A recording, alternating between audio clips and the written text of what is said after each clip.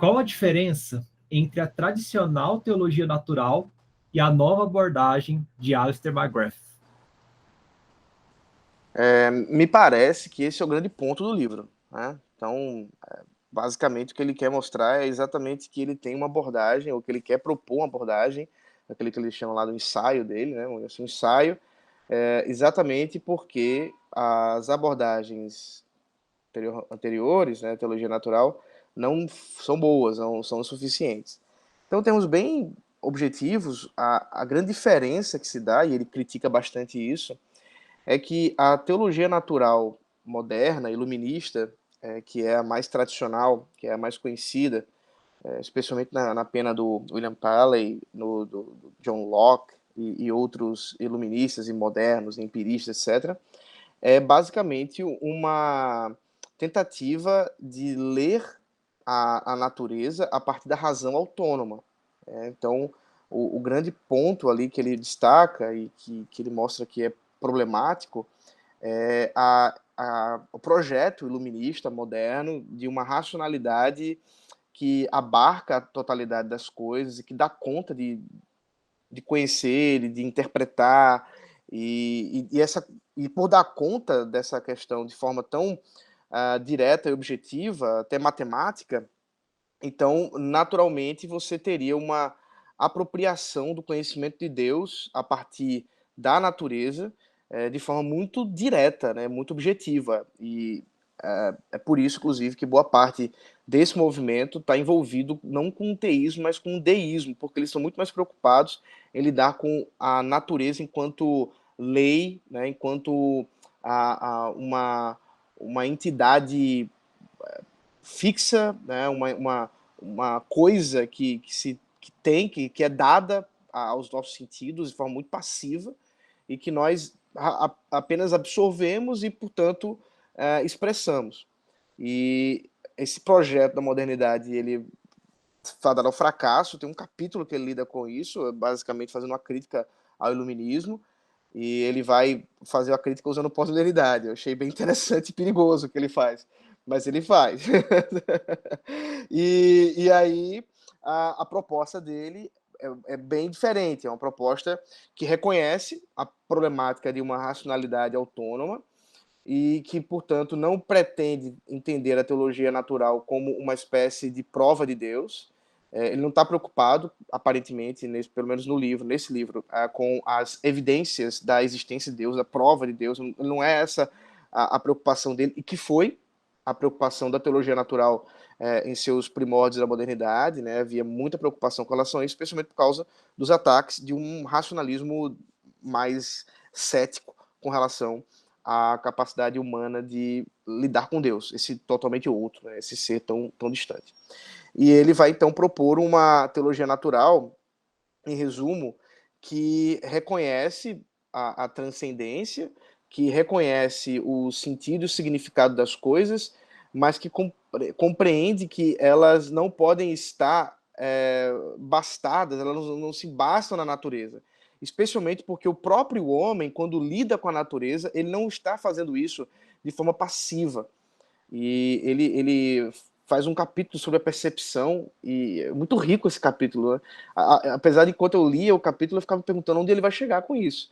E é basicamente para tentar mostrar o quanto que, pelo menos aquilo que se tem de pesquisa sobre a percepção enquanto cérebro, né, enquanto pensando em termos bem físicos, o quanto que ela não é meramente uma questão passiva ou meramente uma questão que a gente poderia dizer assim, como foi passado no passado, da tábua rasa, né? Não é o caso.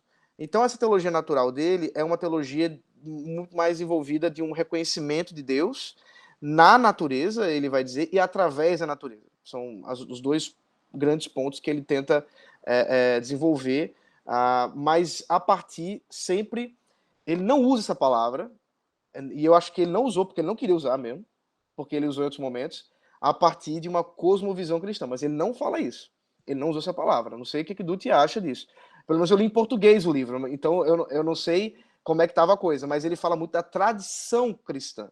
Ele não fala de pressupostos, ele não fala de cosmovisão, e eu não sei os motivos, né, dele exatamente para isso, mas dá para ver que ele tem um foco muito maior exatamente nessa ideia de que é o cristão que está lidando com a natureza, não é o gentio, até porque, e aí a gente vai daqui a pouco falar sobre isso, das parábolas, né, até porque ele vai falar do grande problema de interpretar as parábolas, ou de pelo menos entender as parábolas quando Jesus contava, e ele vai dizer que isso é um grande exemplo de uma teologia natural a partir da ideia daqueles que podem não só ver, mas observar. Então, ele faz uma distinção curiosa entre ver e observar, que parece que é exatamente esse o ponto dele enquanto teologia natural. Apesar de todos verem, nem todos observam. E aí a gente pode desenvolver mais alguma coisa. Não sei se vocês querem comentar aí, Dutti, não sei. Muito bom, muito boa resposta. Eu fiquei pensando enquanto você falava, na verdade, eu me lembrei em uma das tutorias, alguém mencionou uma coisa que vai na mesma direção do que você falou. Essa diferença que existe da tradicional teologia natural, iluminista, acho que você foi na raiz da coisa, muito mais ligada à filosofia, muito mais ligada a um processo, a um projeto de filosofia natural, e essa abordagem dele acaba transformando a leitura. A gente vai ao livro do Alistair, e principalmente também, inegavelmente, por causa das pesquisas do próprio Alistair, ele que é um cientista, né, tem graduação, mestrado, doutorado em áreas técnicas das ciências naturais, e uma longa tradição também de escrever sobre isso, a gente vai esperando o quê? Sobre ciência, ele falar sobre isso, mas o livro nos conduz para uma outra área, né? Que é da interpretação, da hermenêutica, da leitura das parábolas, e essa curva que ele faz me parece ser também um horizonte que aponta essa própria nova abordagem dele, da teologia natural, deixar de ser essa disciplina ou esse esforço eminentemente especulativo, de uma racionalidade neutra, de uma tentativa de provar existência de Deus, de um ponto de partida desinteressado, de um projeto moderno que ruiu, e ele mostra na primeira parte como que isso ruiu, as críticas que ele faz à modernidade, e uma nova abordagem mostrando que tem um jeito cristão de ser feito. Realmente ele não fala nada de cosmovisão, não fala nada de pressuposições. Tem uma outra pergunta sobre isso, né, que eu acho que é o jeito apologético dele, que não é nem evidencialista, nem pressuposicionalista, mas que transforma o livro numa espécie de elogio à hermenêutica bíblica para teólogos da natureza. Eu achei isso interessante, dado o contexto original do livro, que esse livro eram as Gifford Lectures. Então ele está falando isso aí das principais palestras sobre teologia natural do mundo, nas universidades do Reino Unido, né? É uma bela virada de intenções, né? É uma bela curva para essa tradição deísta, exatamente isso que o Ronaldo falou, deísta, especulativa, pouco bíblica, pouco ligada a, por exemplo, a forma como o Senhor Jesus, ou aspectos que o Senhor Jesus ligava à teologia bíblica que ele praticava. Uhum. No mínimo, eu achei uma opção interessante o caminho que ele fez. Realmente, tem alguns pontos que ele começava, ele falava assim, nossa, onde que ele vai terminar com isso? Ele é muito prolixo, assim, eu acho que ele não é um dos autores mais prolixos que a gente tem contemporaneamente, mas ele tinha hora que eu acho que assim, ele quer ser exaustivo, e você fala assim, tem até uma estudante que falou assim, nossa, até sobre alucinógenos para experiências transcendentais, ele falou, ele estava esgotando todas as possibilidades para falar sobre experiências transcendentais na contemporaneidade. E se os alucinógenos são uma opção, ele vai falar, ele vai citar 2 ou 3 livros que ele leu sobre o tema, mas descansa na leitura, né?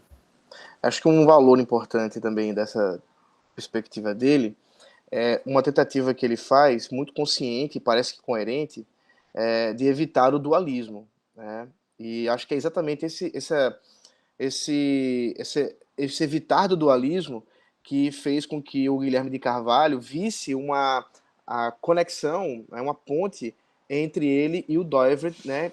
Inclusive, eu estava em 2011, lá naquele congresso da Vida Nova sobre apologética, quando o Guilherme falou pela primeira vez sobre esse assunto. Ele vai repetir essa palestra na BC2, lá no Mackenzie, depois.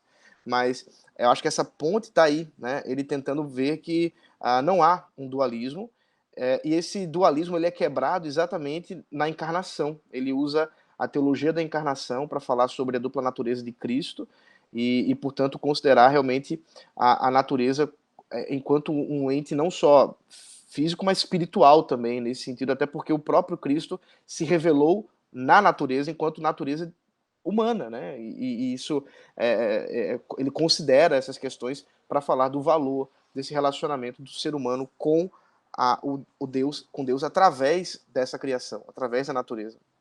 E isso eu acho que é bem valioso em termos até de considerar o propósito do homem, né? O próprio relacionamento do homem com Deus e com as coisas que Deus criou. Isso dá para desenvolver muita coisa a partir disso. Sim, eu acho também. Eu acho um site brilhante também, bem lembrado, bem lembrado. É uma outra...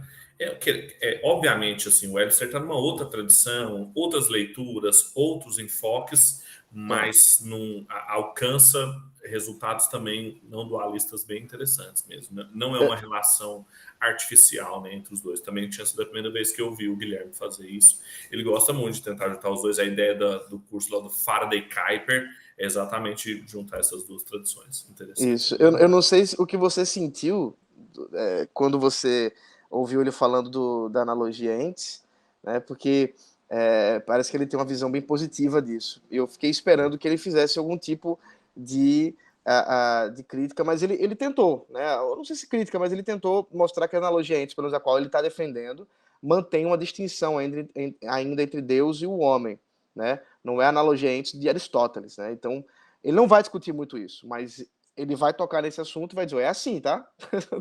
Bom, tá certo, tô dizendo que é.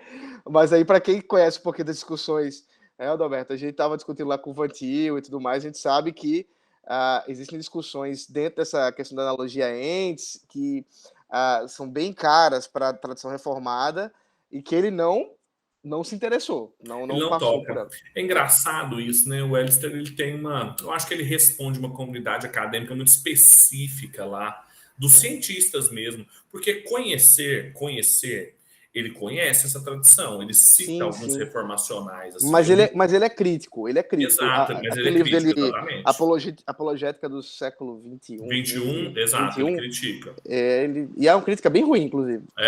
Só a gente vai ter uma pergunta sobre isso, acho que a gente chega. Mas ele conhece, por exemplo, na teologia sistemática dele, eu nunca não li tudo do Webster, obviamente, assim, precisa de uma vida inteira para ler isso, mas ele, na teologia sistemática, ele cita o Roy Clauser. Então, assim, eu nunca vi ele citando o Doivert, por exemplo. Já vi ele citando o Kuiper. Nunca vi ele citando o Doivert, mas vi ele citando o Clauser, o mito da neutralidade religiosa. Então, ele conhece a tradição reformacional. No Apologética do século XXI, que foi republicado agora pela Thomas Nelson sob o título, ele conhece o Vantil, faz uma crítica. Então, não é rigorosa, mas ele conhece a tradição. Então, ele conhece. Sim. Ele conhece, ele está ciente da discussão. Isso. Mas eu acho que a comunidade que ele está interessado em trazer respostas, dialogar, é outra. Sim.